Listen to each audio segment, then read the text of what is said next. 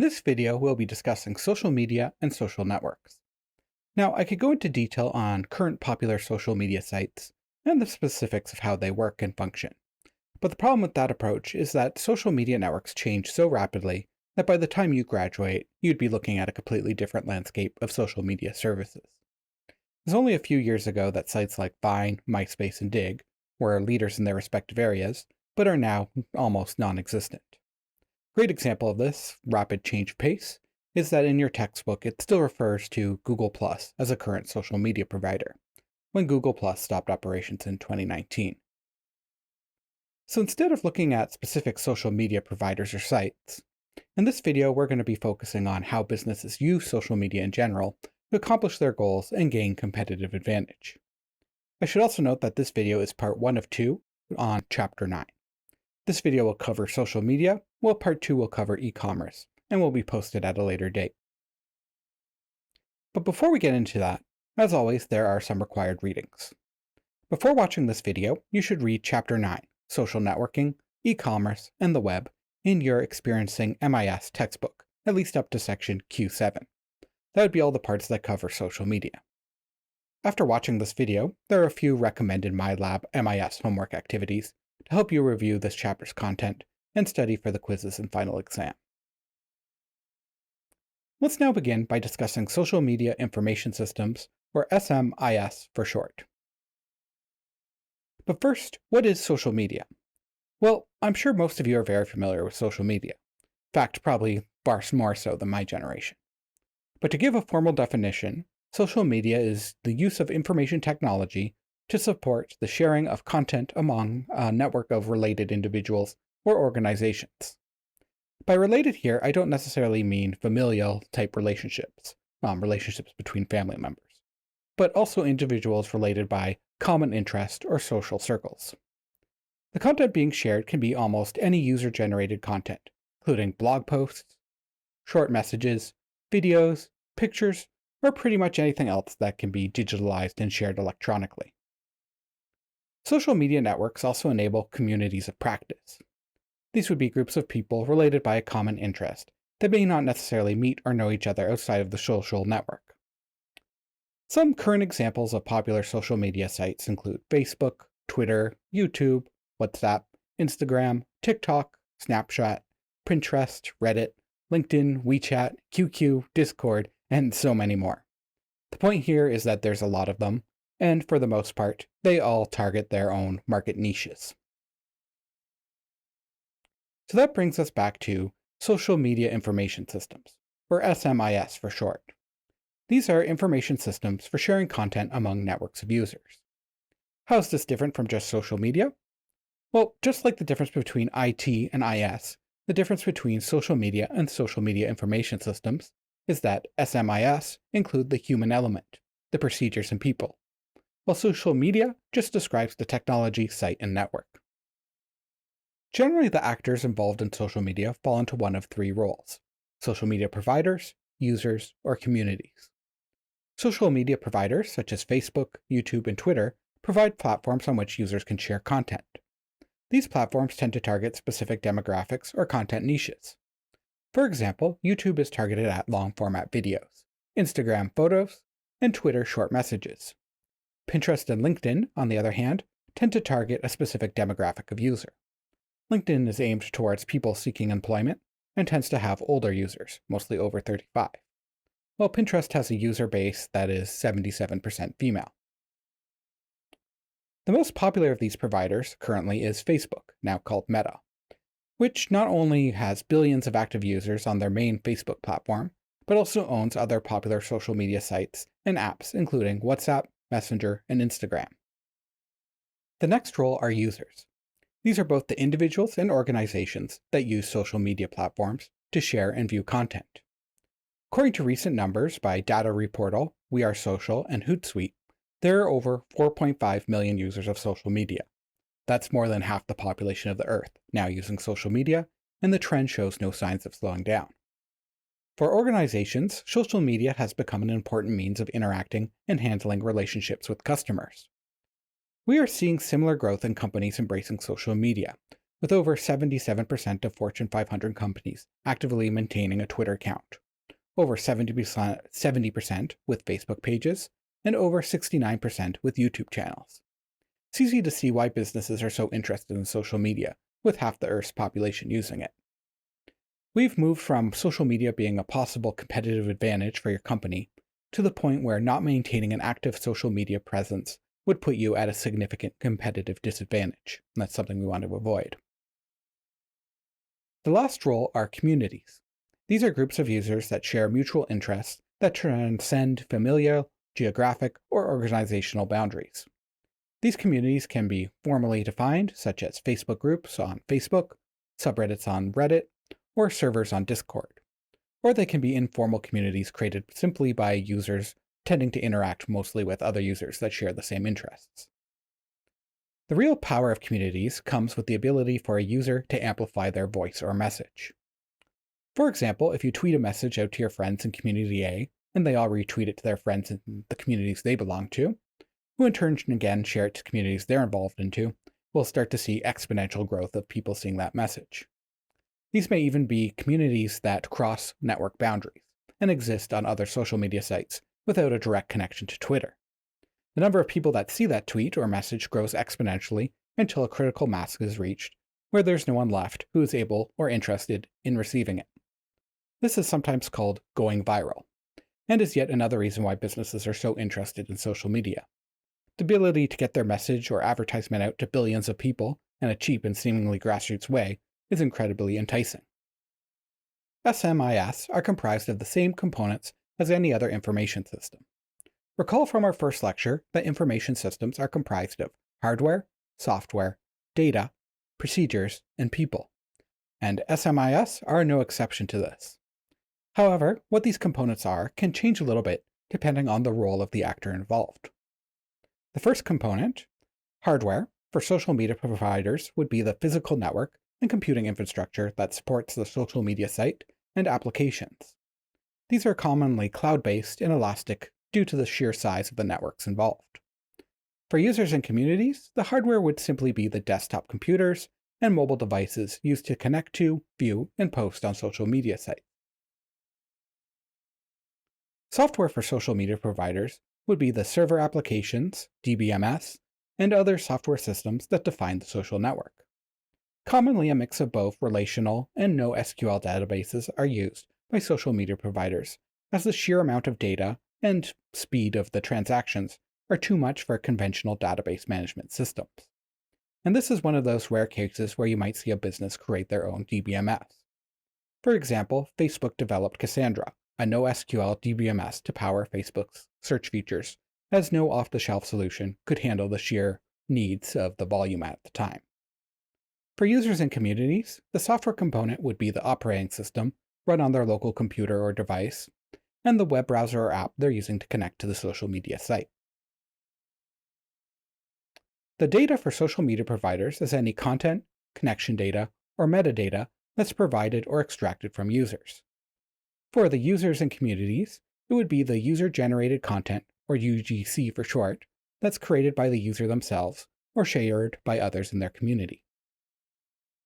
Procedures for providers are the policies, rules, guidelines, and best practices used by their employees to keep the network running, dealing with any incidents such as users breaking the terms of service, or interacting with organizations such as creating advertising deals. For individuals, these would be the informal and fluid processes by which they create, manage, and share content. For organizations and businesses, these tend to be far more formal and fixed, and are often described in a social media policy set by the organization that must be followed by all employees. They're aimed at achieving the organization's business goals and objectives, as well as minimizing any risk or liability. The last component is people. For providers, people would be the staff, employees, and contractors that run and maintain the network. For regular individuals, these would be the people that users interact with on social media and the communities they belong to. For businesses that use social media, the people involved are typically social media managers, or at least employees that are trained in the organization's social media policies and procedures.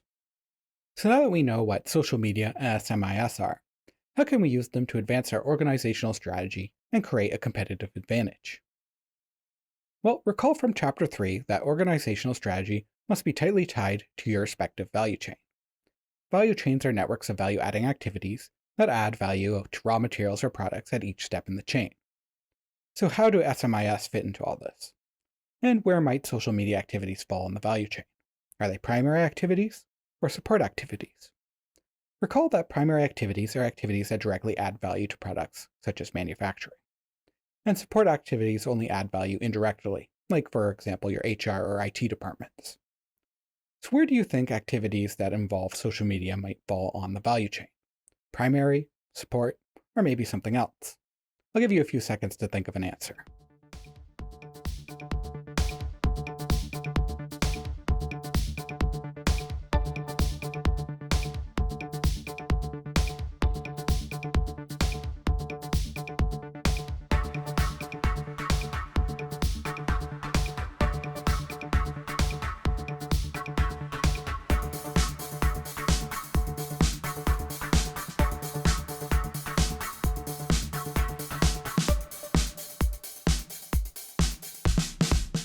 And we're back.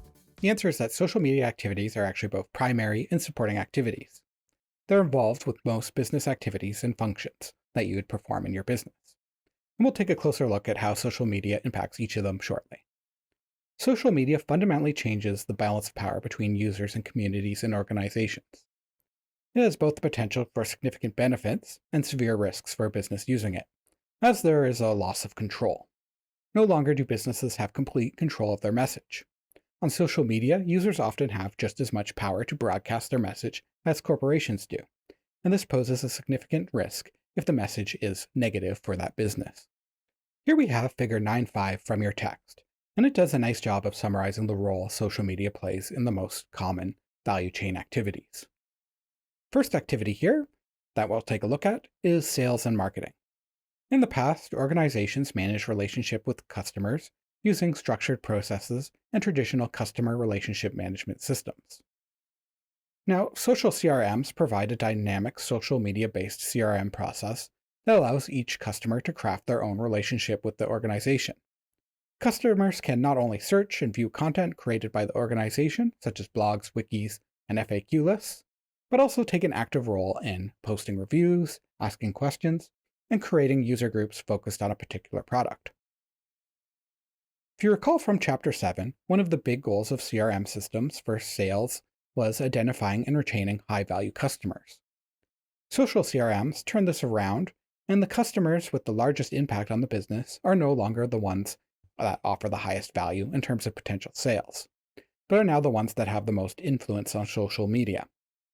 It doesn't matter if the customer only represents a few dollars worth of sales, if they can influence others' perspective of your product through negative reviews or bad PR. The big risks here are loss of control, as users are now involved in the process, loss of credibility if an employee posts something inappropriate or you respond to criticism poorly, and the potential for bad PR. The advantage is that if done correctly, customers basically sell your product for you, posting positive reviews to sites like Amazon and positive mentions on social media. Next up are customer support activities, and this is one of the more common ways we're starting to see businesses use social media. For example, TechSavvy, a Canadian ISP, uses social media to provide customer support, including offering a Reddit subreddit and a Twitter account for customer service and support. This has the advantage of allowing customers to help other customers, as well as to publicly document issues like network outages in a way that are viewable by many customers, thus reducing support calls for the same issue. Another example is Public Mobile, a Canadian budget mobile virtual network operator, essentially a cell phone provider. And they offer a community support forum on their website which allows users to help other users for rewards, including discounts on their phone bill. The advantage for Public Mobile is reducing customer support costs and increasing customer loyalty. If you're helping out another customer with this product, you're probably going to have developed some loyalty for the company that's essentially giving you rewards to do it. Again, there are some risks with integrating social media to your customer support functions. Now the world can see that how you're performing customer support and the common issues with your products. Some potential customers may be dissuaded from purchasing your products they see that existing customers are having significant issues with them. Second issue is that customers may provide incorrect or even dangerous support to other customers, and you could face some negative PR or even liability from their actions, especially if you're paying them indirectly through discounts on their phone bills. Inbound and outbound logistic activities tend to see less integration with social media. However, its use is not unheard of. For example, during Hurricane Irma in the fall of 2017, many supply chains in the United States were severely disrupted. Social media was used to dispense news, provide updates, and address the ever-changing needs and problems between organizations. While this worked well during an extraordinary event, it does come with significant risks. The open discussion of logistic activities leads to a loss of privacy and potentially damaging your competitive advantage. After all, you are openly discussing these issues in front of your competitors and business rivals. In terms of manufacturing and operation activities, social media is not normally used in the manufacturing process, but it is used in the product design phase as well as for improving communication channels. For example, a company might use social media to crowdsource feedback on potential product designs or improvements to existing products. The risk here is that the feedback may be poor or manipulated. A famous example would be the social media campaign by Energy Sheets and Walmart to set up a Facebook poll to allow users to vote on the Walmart in the United States that Pitbull, a famous rapper, would visit to promote their new highly caffeinated product. Internet users banded together to vote for the most remote and ridiculous Walmart they could find. In fact, it ended up being in Kodiak, Alaska, just as a joke. To Pitbull's credit, he did eventually end up visiting that store. The risk here is that the internet can be unpredictable, and crowdsourcing from the public at large can have its complications. The next way social media is used in operational activities is by improving internal communications. Just like how there's public social media sites you may be familiar with, there are also private internal social media software, such as My Site and My Profile, that are part of Microsoft SharePoint. Shown on screen right now is an example screenshot of a SharePoint My Site profile for an employee. These internal social media networks allow for a business to easily share information in a fluid and dynamic way that still keeps the organization in control and maintains privacy. It can also allow managers to quickly find and connect with employees that have particular skills or sets of knowledge. Social media is also used between businesses to promote and sell their products to each other. For example, suppliers might post YouTube video walkthroughs of their factories and facilities, and show off their products to try to encourage sales with manufacturers. One of the last activities that we'll discuss is human resource activities.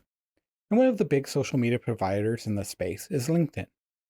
LinkedIn allows for HR to recruit from a much larger pool of candidates, as they can access profiles of potential candidates who might not traditionally apply for the job post, but could still be open for work.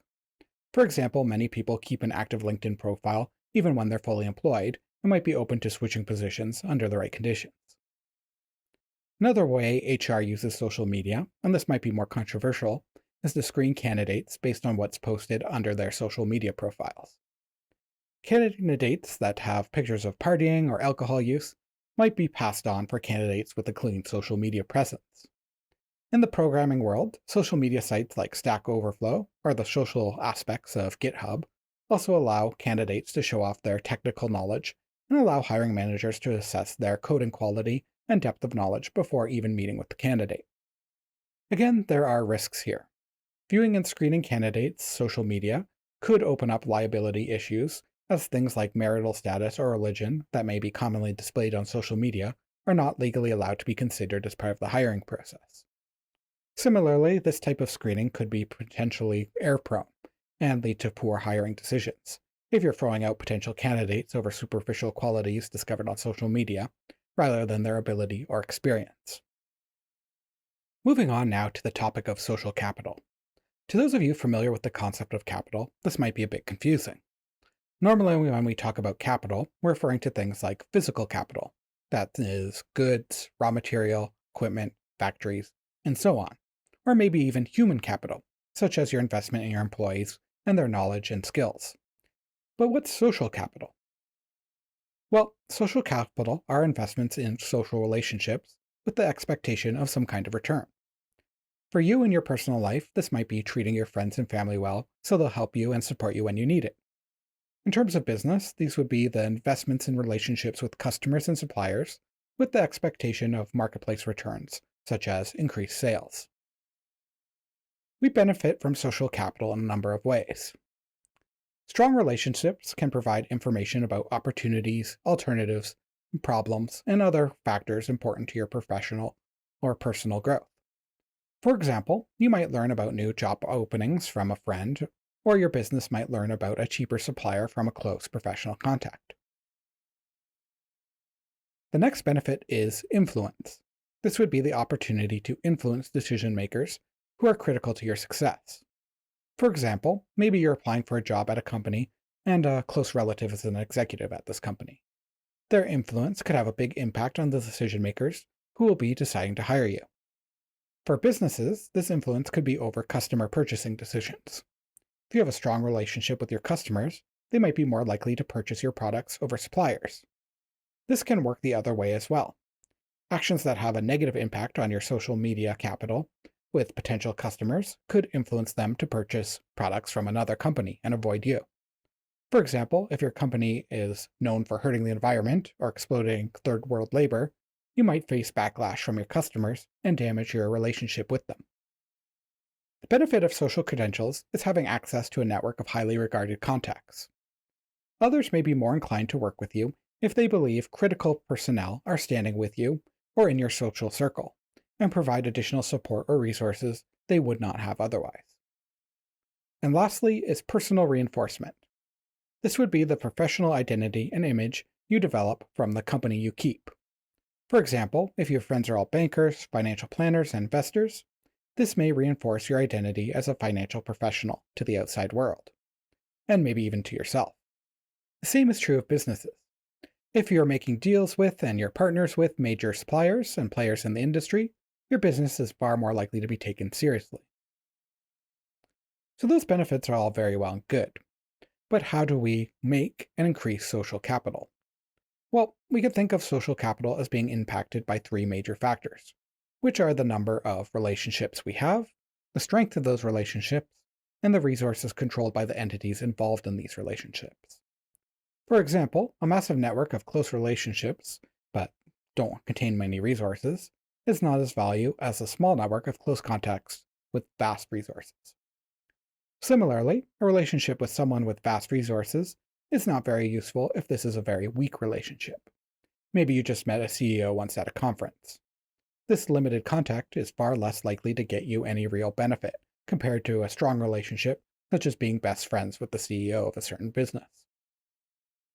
It's also important that these resources here are relevant to your goals and objectives. Being best friends with a toy company executive is unlikely to help you find a job in the financial industry, for example. As a business, we can increase the number and strength of our relationships by maintaining an active social media presence across multiple platforms. For example, having a presence on Facebook, Twitter, LinkedIn, and other sites that might be relevant to your customers. The key here is that you want to be where your customers are. So having an active presence on a social media site like ResearchGate, a social media site for academics and researchers, would not make sense if you're a car company, but could make sense if you're a publisher of academic journals and manuscripts or a supplier of lab equipment. Another big factor here is the frequency of interactions. Just like your personal life, if you stop hanging out with your friends, your relationships with them will weaken. And, in the same way, if you stop actively interacting with your customers on social media, your relationship with them will weaken. A constant and active presence is required to maintain and improve relationships with your customers. This could be things like replying to customer support questions on social media as rapidly as possible, or frequently posting new content and videos about your product and responding to users' questions and comments about them. Last is encouraging comments, reviews, posts, and other forms of engagement from your customers. There's a reason why most YouTubers ask you to subscribe, leave a comment, and turn on notifications in every single video. And the reason for that is that it works. Reminding customers to post or encourage them in other ways, such as contests, encourages engagement and aids in strengthening these relationships. This can also help increase the number of relationships. Remember this figure from earlier in the video. If your customers are posting more about your products, That means that users and communities will see these posts and possibly share them further with other communities, leading to new relationships with new potential customers.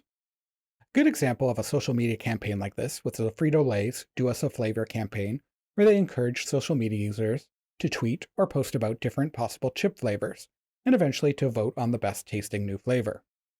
Lay's even created a web app to allow users to create their own custom potato chip bag photo for their new flavor, and allowed them to post it on social media. This got users posting across different social media platforms about different flavor combinations. Some even intentionally bad as a joke, others more serious. But the point was that it got people talking about Lay's chips, and eventually purchasing the winning flavors so they could vote on what the best finalist was. So at this point, a question you might have is, what's in it for the social media provider? Users get to use a free social media platform, and businesses get to use platforms for various business activities we discussed. But how do social media providers benefit? Facebook, for example, has over 2.5 million users, all using the platform for free. The infrastructure to support this many users is extremely expensive. So how is Facebook making profit? If you're not paying, who's the real customer here? Well, if you're not paying and you're not the customer, that means you're the product. What I mean by this is the revenue model used by most social media providers is selling access to their users. There's incredible value in having control over a large network of users, and this is why most social media networks are offered for free, as they need to increase their membership as quickly as possible to be successful. The main method of monetizing a social network is through advertising. This includes banner ads, video ads, mobile ads, preferred ranking and search results, and the posting of classified ads. Advertisers, the real customers of social networks, prefer digital ads as they allow them to target to specific demographics. And they receive real-time feedback of how many users are seeing the ads, clicking on them, and how many actually follow through with the purchase. We call that conversion rate. Social media providers sell access to their users in this case by selling advertising space on their sites and in their mobile apps. The next monetization method is simply selling your users' data to a third party. You might not think this is a big deal. After all, on some social media sites, you might only be providing your email, username, and any content you wish to post. However, providers track everything and employ advanced data mining techniques to reveal far more about you than you might have thought. For example, YouTube collects information such as age and gender, even though you may have not directly provided this to them. Shown on the screen right now are the age and gender stats for this YouTube channel at the time of writing this video. And they also track things like the location you're watching from, the type of device you're using, whether it be like a desktop computer or a phone, the operating system you're using, and even things like how long you watch each video and the exact points where you stop it. And perhaps most disturbing, at least to me, is your search history. Shown here on the screen are the real searches that people in our class have made, that they show to me as the channel owner. Now, for me, these are all anonymous. I don't know who's done these searches. Like, I don't know who searched for MacBook Air. However, Google, as the parent company of YouTube, does have this data on a per-user level, so they know exactly who made that search for MacBook Air, for example. And this sort of data is extremely valuable to third parties that they might sell it to. So the reason why this data is so incredibly valuable to third parties is that they use it for things like market research and targeted advertising. For example, someone searched for MacBook Air, so they might start showing them our ads for laptop computers. There's also some searches in there for recipes, so third parties might see that and start generating more ads related to food products. So some companies even go as far as using this data to build psychological profiles of users to determine the likelihood of them purchasing certain products, voting for certain political parties, or how to best tailor their advertising to them as an individual. Cambridge Analytica, the company that was involved in a large-scale scandal in the USA for using unscrupulous means to collect Facebook data on millions of Americans, has claimed that they have over 5,000 data points on each and every individual in the United States, and have used these data points to build psychological profiles on all of them.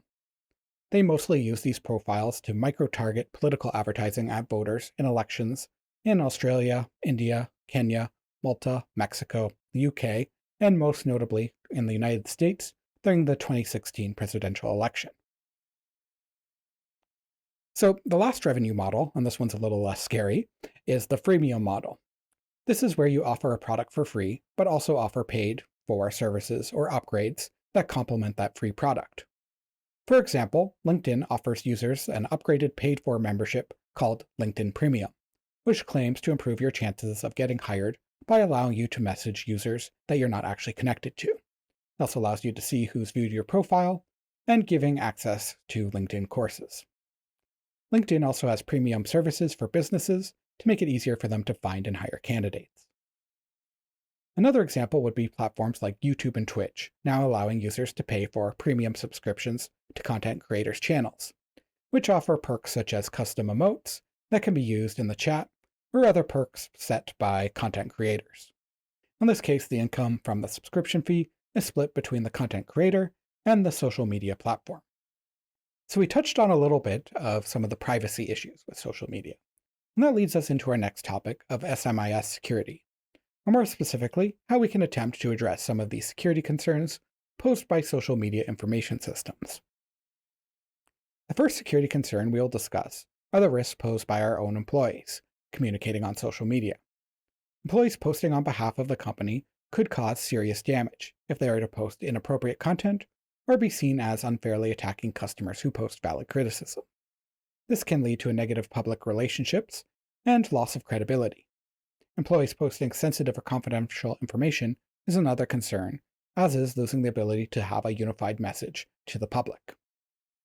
The best way to deal with these concerns is through creating, publicizing, and enforcing a social media policy for your employees that defines an employee's rights and responsibilities when they're posting on behalf of the company. It's also important to train your employees in this policy and the correct use of social media. Here we can see figure 9.9 from your text, which details Intel's rules for social media engagement. Essentially, this is a high-level summary of Intel's social media policy for its employees. There are three core pillars here, and they are disclose, protect, and use common sense. By disclose, they mean be transparent. Use your real name and make it clear who you work for. Be truthful and yourself. By protect, they mean don't leak sensitive information or embarrass the company. And by using common sense, they mean make sure that your contributions are worthwhile, on topic, and rational rather than emotional. And make sure that you omit mistakes when you make them. And this brings us to our participation activity for the week. What I'd like us to do is to create a social media policy for the fictional business you've been developing in the assignments for this course. At this point, our business has grown to the point that we have quite a few employees, and we're starting to explore how we can use social media for things like customer service and sales. However, before we jump headfirst into the world of social media, we need to create a social media policy that will help protect the business from the risks associated with employee communication on social media. So your social media policy doesn't need to be a lengthy legal document in this case. Rather, what I want to see is a high-level summary of the core principles and rules of your policy given in a point form. It should be similar in detail and depth as that Intel social media guidelines that we just took a look at, but customized for your own company. So please don't just copy Intel's, and put some thought into what would be best for your business in particular. Perhaps you think it might be better if all official communication went through one person. Or maybe you want to give your employees the freedom to talk to customers and offer support directly. In any case, I want you to come up with 5 to 10 point form rules or principles that will govern your policy and address concerns such as inappropriate posts, posting a sensitive or confidential information, and cover things like how employees must identify themselves on social media, or anything else that you feel is relevant to your business, or might be of concern. For example, if you sell on Amazon, perhaps you want to have some rules about how to deal and respond to negative reviews. Once you have your list of 5 to 10 items, post them to the Week 9 Social Media Policy form topic on our OWL course site, just like with all the other participation activities. And again, this just needs to be a simple form post, and you don't need any graphics, tables, or attachments, just your 5 to 10 point form rules or guidelines. Okay, back to discussing SMIS security concerns. Your employees' use of social media is not the only concern. User-generated content, or UGC for short, also poses significant risks as you don't have control over what external users contribute to your social media pages. Unlike employees who can be subject to an employee social media policy, external users are free to do what they wish. This leads to problems such as the posting of spam or junk contributions, that are completely off topic, posting of inappropriate content or negative reviews, and what our textbook describes as mutinous movements. This can be seen as an extension of negative reviews, where a group of dissatisfied or disgruntled users work together to post negative comments about a business or to hijack their social media campaigns for their own purposes. This is sometimes called review bombing, and is common to see when social media users turn against an organization for some perceived wrong. So how do we deal with these problems? Well, there's three possible responses to this kind of negative UGC. They are leave it, respond to it, or delete it. The UGC we're concerned about is reasonable but negative criticism of our organization. Then often the best approach is to simply leave it where it is. Deleting it could be seen as censoring customers' valid criticisms and could lead to the company losing credibility, or worse, the start of a mutinous movement, as our textbook would put it. Another reason is to simply leave it is that keeping negative reviews can make the site seem less biased, and this in turn makes the positive reviews seem more legitimate. There is a key distinction here, however. We are leaving negative reviews, but not ignoring them. Reasonable criticism should be taken seriously, even if you don't respond to it publicly, and we should use that feedback to improve our products and services. Responding to problematic UGC is a risky endeavor. If done well, it can show that your company takes customer concerns seriously and is working to improve. But if done poorly, it can quickly destroy any social capital you've built with your customers and lead to movements against your company. In general, it's best to only respond if you're actually doing something to address the criticism, such as offering the customer some kind of solution to their problem, such as replacing their defective product, or publicly talking about how you're improving your procedures based on customer feedback. The absolute worst thing you can do is to argue or fight with the customers publicly. Remember, anyone can see your reply on social media, and an open conflict with a customer is only going to make your business look bad. A good way to put it is that you should never wrestle with a pig. He'll just get dirty and the pig will enjoy it. Some people just like to complain and to get into fights online, and you have nothing to gain from engaging with them like this on their own terms. The last possible response is to delete the UGC if it's posted on a social media page you have control over. Now, this should be reserved for only inappropriate, junk, and off-topic content. Removing valid criticisms and negative reviews will be perceived poorly by the public and will lead to a loss of credibility for your business. If you delete negative reviews, no one will believe that the positive reviews are legitimate, as your site will be seen as heavily biased. A good way to prevent negative content from being posted in the first place is not to ask questions you don't want to hear the answer to. For example, with that case of energy strips and Pitbull, the Alaskan Walmart should never have been a possible option if they didn't want it to be a potential answer that they could get. However, they did handle this outcome well, by simply leaving it and going through with sending them to Alaska. In the end, their social media campaign going sideways actually ended up being beneficial, as it generated far more positive publicity than it would have if it had gone to plan. Similarly, with the Lay's Do Us a Flavor campaign, they knew full well that their users would create inappropriate and disgusting flavor combinations using the app. Despite this, they made no effort to remove them or prevent them from being created in their app in the first place. And this was very much intentional, as the users sharing silly and ridiculous flavors still promoted the company and was essentially free advertising. So to quickly summarize, if in doubt, leave it up. If it's inappropriate, remove it. And if you can do something positive about it, respond. The last group of security concerns that social media poses are those that are internal to our organization. So far, we've only discussed the risk in terms of interacting with the outside public, but there's also risks from within the organization. The first of these risks are employees inadvertently increasing corporate liability. Employees posting inappropriate comments about other employees can open up the business to liability in terms of sexual harassment or creating a hostile work environment. There's also concerns with employees posting confidential or sensitive information, such as trade secrets, leaked product announcements, or private customer data. This is especially dangerous in fields like healthcare, where there are significant fines and penalties for mishandling of patient data. Again, these issues can be mitigated with proper social media policies, employee training, and actively monitoring your social media accounts. Another consideration is that innocuous comments and posts by employees can pose a security risk by leaking seemingly harmless information that's used to secure an organization's resources. For example, many systems use security questions such as date of birth, mother's maiden name, name of your high school, or the name of your first pet to reset your password if you lost it. Posting this kind of information on social media can make it easier to steal your identity and accounts. A similar issue is posting when you're going to go on vacation. This lets potential thieves know when you're not at home, and they have the opportunity to break in without anyone being there. The last issue given by our textbook is reduced employee productivity, and the authors of our text claim that about 64% of employees visit non-work-related social media sites during the day. Now, I have no doubt that this statistic is true. In fact, it seems a little bit low. However, I think the textbook makes this out to be a bigger problem than it is in reality, and gives the false impression that this is something that you should actively try to prevent. The reason why I disagree is that current research shows that taking micro breaks, such as watching a short YouTube video, actually improves employees' mood and task engagement willingness, relieves psychological stress, and maintains task performance. So I'm basing this on a 2021 paper that I now have cited here on the screen. If your employees are still completing their assigned tasks in a timely fashion, attempting to ban social media or phones in the office will likely only reduce employee morale and waste your time trying to enforce these strict rules. And that brings us to the end of our discussion on social media. Stay tuned for part 2 of this video, which will cover the remaining topics of Chapter 9, which is mainly e-commerce, and will be posted at a later date.